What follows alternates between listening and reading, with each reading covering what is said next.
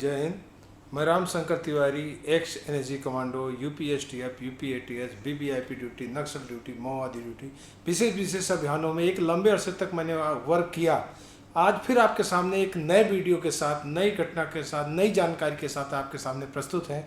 आज की जो मेरी नई जानकारी, नई घटना है कि क्या सिविलियन अपने इंडिया में, क्या सिविलियन जो है AK-47 चला सकता है।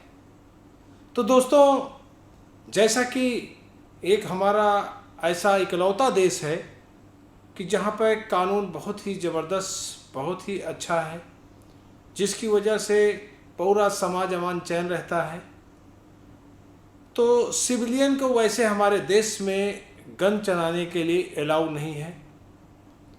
लेकिन हम फिर बताना चाहते हैं, अगर सिविलियन गन चलाना चाहते हैं तो पढ़ाई के दौरान जो हमारे स्टूडेंट भाई हैं वो अपने डिग्री कॉलेज, अपने कॉलेजों में एनसीसी का जो है कैंप योजना जो है ले।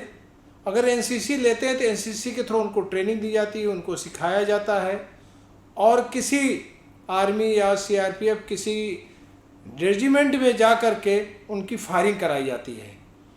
उस समय हालांकि एनसास, SLR, 303 ऐसी राइफलों से तो फायर कराया जा ही जा रहा है, लेकिन कभी कभी सिचुएशन आती है, उपलब्ध होते हैं वेपन, तो AK-47 से भी हो सकता है, चांसेस हैं। लेकिन वैसे किसी सिविलियन को वेपन चलाना अलाउ नहीं है। बहुत से सारे ऐसे देश हैं कि जहां पर अलाउ है, सारे सिविलियन AK-47 चलाते हैं, जिसमें कुछ देश हैं जैसे रसिया है, अमेरिका है। बहुत से देश ऐसे हैं कि जहां पर वेपन चलाए जाते हैं। तो बहुत हमारे साथ के कई दोस्त, कई जानकारी में जो विदेश घूमने गए, अमेरिका, रसिया, तो वहाँ जाकर के अपने जो है गन चलाया, AK-47 चलाया, प्रैक्टिस किया आर्मी के देख रेख में, और उसके कुछ चार्जेज होते हैं। अगर सिविलियन को AK-47 चलाने का वो देखना है तो वो जाकर के विदेश में चला सकते हैं। लेकिन आप देखते होंगे कि आए दिन घटनाएं बड़ी बड़ी होती हैं कि घर घर लोग वहाँ पर AK-47 रखते हैं। उसके लिए कोई बहुत बड़ी बाध्यता नहीं, कोई बहुत बड़ी क्राइटेरिया नहीं होती है, जिसकी वजह से वो रखते हैं। और उसके रखने की वजह से आए दिन बड़ी बड़ी घटनाएं होते हैं। बच्चे देखा गया है कि AK-47 को अपने कॉलेज उठा ले जाते हैं और वहाँ जा पर काफ़ी लोगों को मार दिए। घर घर में लड़ाई, पड़ोसी में तुरंत मार देना, ये क्या है? वेपन होने की वजह से। हमारा देश ऐसा है कि उसके लिए बहुत कठिनाई से लाइसेंस बनता है, उसकी जांच परख होता है, पूरा कैरेक्टर उसका 30, 35, 40 साल का देखा जाता है। कोई आपराधिक घटना तो नहीं है, किस मिजाज की आपकी तहकीकात की जाती है, पूछताछ की जाती है, गवाहों से पूछा जाता है, प्रधान से पूछा जाता है, समाज में पूछा जाता है, तब वेरिफिकेशन के बाद गन आपको अलाउ होती है। उसके बाद भी कई क्राइटेरिया होती है कि इलेक्शन के समय में जमा करना है, ऐसे समय में करना है, फिर भी बहुत बड़ी क्राइटेरिया, जिम्मेदारियां दी जाती हैं। तो उस तरीके से देखा जाए तो एक प्रकार से कोई भी फोर्स है, उसको आम पब्लिक में अपनी ड्यूटी के अतिरिक्त गन ले जाने का कोई वैसा अधिकार नहीं है रिटर्न में। उसको है कि ड्यूटी के पहचान अपनी गन को जमा ही करेगा कोर्ट में। जो मालखाना होता है, कोर्ट होता है, जहाँ पे सारे शस्त्रागार होते हैं, क्वार्टर गार्ड होता है, वहाँ पे सारे गन जमा होते हैं। लेकिन कभी कभी सिचुएशन ऐसी होती है, जैसे हम लोग भी थे, तो कभी कभी ऐसे सिचुएशन बनती है कि जो है हम वेपन को नहीं जमा कर पाते हैं। जैसे कि पता चला किसी अभियान से आए हैं अभी, और अभी भोर में 4 बजे फिर निकलना है, तो ऐसी स्थितियों में जो गाड़ियां होती हैं एक दूसरे के क्वार्टर तक छोड़ देती, क्वार्टर में अपने अलमारी में लोग लॉक करके रखते हैं, सुबह फिर अपने मिशन पर निकल जाते हैं। क्योंकि जमा करने के बाद एक प्रक्रिया होती है, फिर उसमें आदेश कराना होता है, फिर उसके थ्रू में निकालना होता है, तो लंबी प्रक्रिया हो जाती है, जिसमें मेरा अभियान मिस हो सकता है। डेली ड्यूटियों में देखा जाता है कि जो उच्च अधिकारियों के साथ लगे होते हैं वो भी कभी कभी जो है देर से छूटते 12-1 बजे, तो भी अपना लेके चले गए।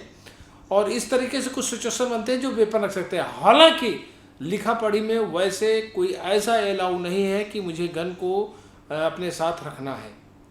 तो इस तरीके से बहुतों बार हुआ कि जैसे हम लोग भी अपने घर ले आते थे, कई बार ट्रेनिंग जा रहे हैं, कहीं से आए हैं और अभी कुछ पार्टी आई हैं, कुछ नहीं आई हैं, तो हम लोग एडवांस अगर 2 दिन पहले आ गए, पूरी टीम एक साथ गई, लेकिन कुछ पार्टी नहीं आ पाई, तो हम लोग एक साथ ही वेपन जमा कर सकते हैं। आधी टीम पहले, आधी टीम बाद में, ऐसा नहीं है, क्योंकि किसी को छोड़ नहीं आ सकते। उस सिचुएशन में मुझे अपने पास वेपन रखना पड़ता है। तो ये सारी बहुत सी ऐसी चीज़ें हैं कि जो रिटेन में जो या वर्चुअल बताया नहीं जा सकता है, लेकिन सिचुएशन के साथ ऐसा होता है। होता है और किया जाता है।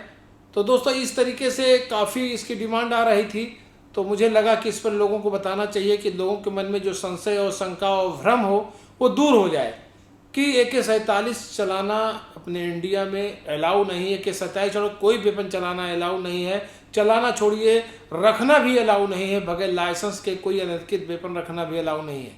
अगर मेरे पास AK-47 से कोई ऐसा वेपन पाया जाता है तो आतंकवादी निरोधी दस्ता में जो है मेरी कार्रवाई होती है, पोटा लागू हो जाता है और उसे देशद्रोह टाइप का मुकदमा कायम हो जाता है। तो इस तरह ऐसे अगर मन में कोई भ्रम हो तो ऐसे मुझे बच के रहना है और कोई ऐसी हमें फ़ोटो भी नहीं खिंचाना है, ऐसा कोई अपनी DP नहीं लगाना है बहुत ही सही तरीके से।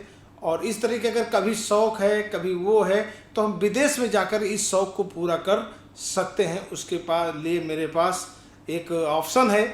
इस ऑप्शन के थ्रू हमने बताया कि वो लोग जाकर के रसिया में अमेरिका में जाते हैं, आर्मी ट्रेनिंग सेंटर में आप पेड करिए जितना चाहे 150 राउंड आप फायर कर सकते हैं, प्रैक्टिस कर सकते हैं कि कैसे होती है कैसे चलती है। बहुत लोगों को क्वेश्चन है कि ज़्यादा राउंड फायर किया जाए तो क्या कंधे में दर्द होने जाएगा। अगर हम ट्रेंड नहीं होते हैं तो कंधे में झटका देता है, दर्द होगा ही, लेकिन अगर जो ट्रेंड है वो अपने को सेट करके सही तरीके से लगाए तो हज़ारों राउंड फायर करता है, उसके ऊपर कोई फ़र्क नहीं पड़ता है। लेकिन जो अनट्रेंड है उसके जो है कंधे में दर्द आ जाएगा, सूजन आ जाएगा, बहुत झटका लगेगा, टूट सकता है लंबा। क्योंकि हम लोग ऐसे ऐसे जो है फायरिंगों में रहे, जितना एक जवान फौज का या पुलिस का पूरे जीवन में फायरिंग करता है उतना हम लोगों ने 2-2 3-3 महीने में किया है, इतना ज़्यादा जो है। तो इस तरीके से हम लोग डेली जो है नए नए टॉपिक के साथ नए सेशन के साथ आप मिलते हैं। तो फिर हम नेक्स्ट वीडियो में मिलते हैं। थैंक यू विचार दोस्त।